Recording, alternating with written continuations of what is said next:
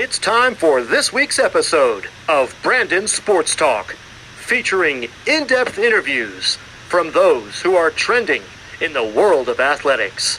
And now, here's the host of Brandon Sports Talk, Brandon Pate. Welcome back to Brandon Sports Talk. In today's episode, I have the privilege to interview Michael, the business owner of a sports podcast called Sports Conductions. How are you doing today? Doing good. How you doing, Brandon? I'm doing good. Can you talk about how you got started with your sports podcasts? Yeah. So since COVID happened and everything, there was a lot of free time from my day job. So I figured, I've always wanted to do a sports podcast, and I figured now's the time to do so. I have all this, free time to do it. My wife actually got me a really good microphone for Father's Day, and so she's been supporting me with it. So I just went with it, and then just kept going ever since. Can you talk about how you came up with your podcast name, Sports Conduction? Sports Cognition. Oh, But Cognition. It's all right. So I started it originally as a blog about 6 or so years ago. And I always thought that I would, could give sports ideas, sports takes and things like that, just as good as some of these other local radio stations and stuff. So I started with that. And I always wanted to use it as a way of not having like knee-jerk reactions and being too emotional with sports, which we tend to do from time to time, and just be a little bit more cerebral about it. So I wanted to take, my love of sports in, but actually have time to think about, why things are the way they are and stuff. So that's how I came up with the name Sports Cognition. Who have you interviewed before? So I've had the athletic director of Dixie State University.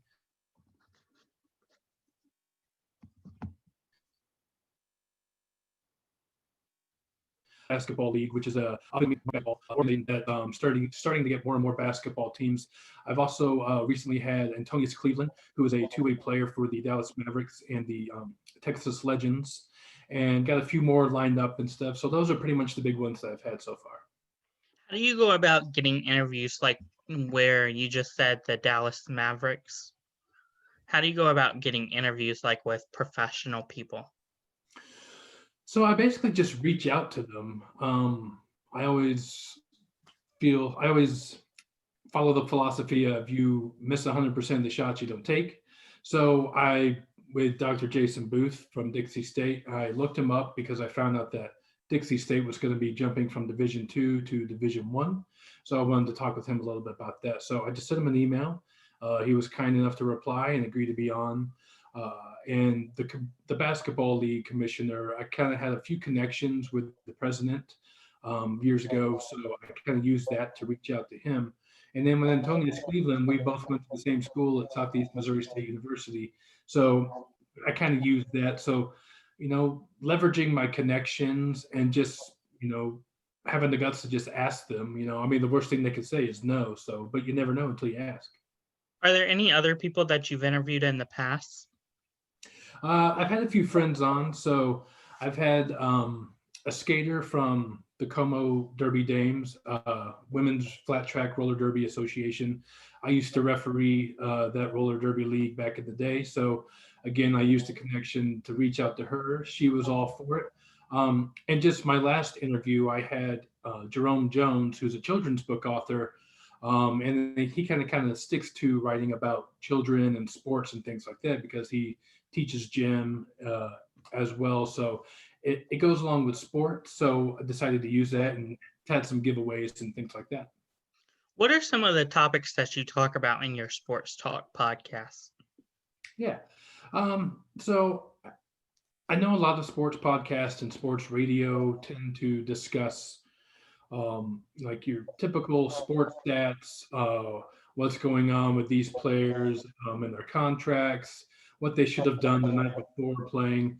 And I always feel like that was kind of, flooded the market in discussing sports.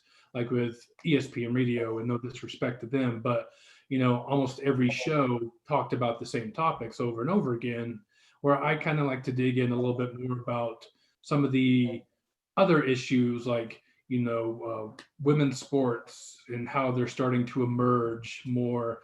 The Black Lives Matter movement and how that's affecting sports. So really what I like to talk about more than anything is how sports and life intertwine with each other and how they affect one another. That's wonderful. What are some of your segments that you've had on your podcast? So that's a good question. I haven't done a whole lot of segments. That's something I'm still working on. I have a few that are starting to come up in the future. Right now, I do something called the Cognitive Top 10, where I will rank college football, NFL teams, professional teams like that. Typically, they don't align with the normal, what the AP writes about in the top 25. It's a little bit more, it's a little bit more off, and I kind of give my reasons why I put some of these teams in the top 10 or so, and why I left other ones out. What are some of your future plans for your podcast moving forward? Yeah, good question. So I'm in the middle of working on a website, getting it ready to go. I just started a few weeks ago with a YouTube page, so I'm looking to grow that more, wanting to be able to get also more guests on to try to help expand the show and try to help get more topics. I'm also looking into maybe getting a co-host to kind of go along, because sometimes it's hard to just talk for an hour and an hour and a half straight all by yourself.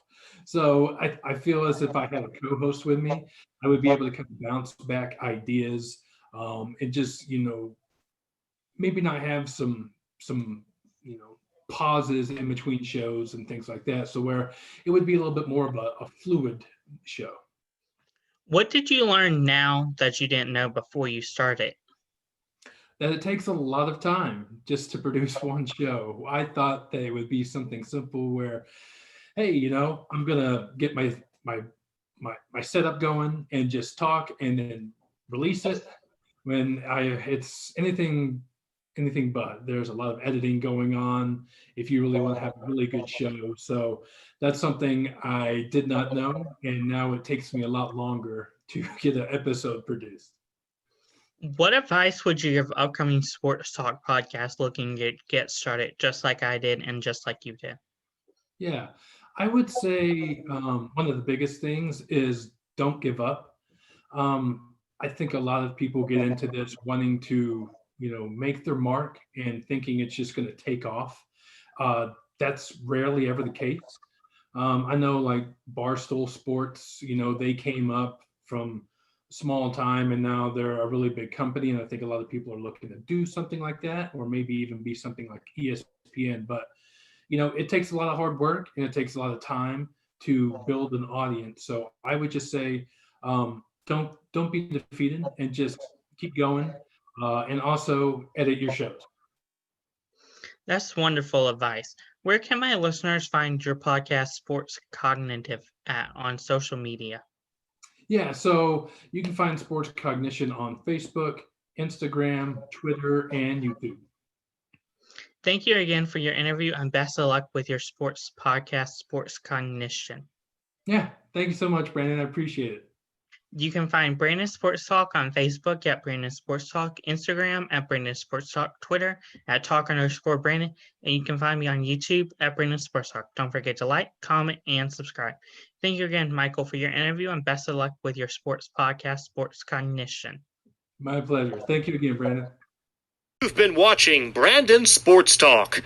Please feel free to like, share, and subscribe to Brandon Sports Talk on social media and on YouTube.